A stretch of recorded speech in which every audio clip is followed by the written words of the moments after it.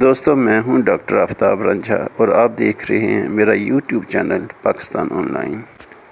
UP के फर्रुखाबाद क्षेत्र में पुलिस एक दलित व्यक्ति गौतम को घर से गिरफ्तार करके ले गई और मार दिया। एक और दुख की घटना ये हुई कि गौतम को मारकर इसकी फैमिली को बताए बगैर लाश का क्रियाक्रम कर दिया। भारत में दलित महिलाओं का बलात्कार और व्यक्तियों का कत्ल हजारों वर्ष से जारी है। बाबा साहब अम्बेडकर, जो खुद भी दलित थे, शूद्रों के लिए मुसलमानों, ईसाइयों और सिखों जैसे अधिकार चाहते थे, लेकिन करमचंद गांधी नहीं माने। अम्बेडकर इस चीज़ पर सहमत थे कि जब तक भारत में जाति प्रथा चलती रहेगी, दलितों की उत्पीड़न जारी रहेगी। बाबा साहब ने हिंदुओं के रवैये से तंग आकर बुद्ध मत स्वीकार कर लिया।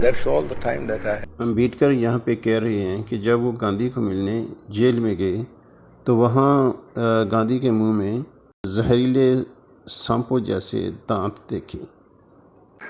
अम्बेडकर एक महान लीडर थे, मगर गांधी, पटेल और नेहरू के आगे उन्हें भी ढेर होना पड़ा है।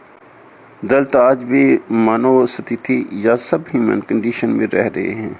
इनका जीवन, संपत्ति और सम्मान सुरक्षित नहीं।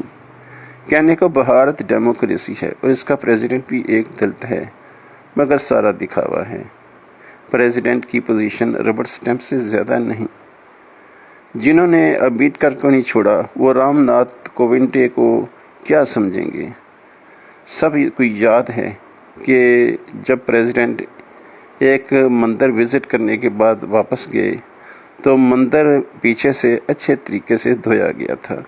जब तक दलित हिंदू मत नहीं छोड़ते, हिंदू इन्हें नहीं छोड़ेंगे।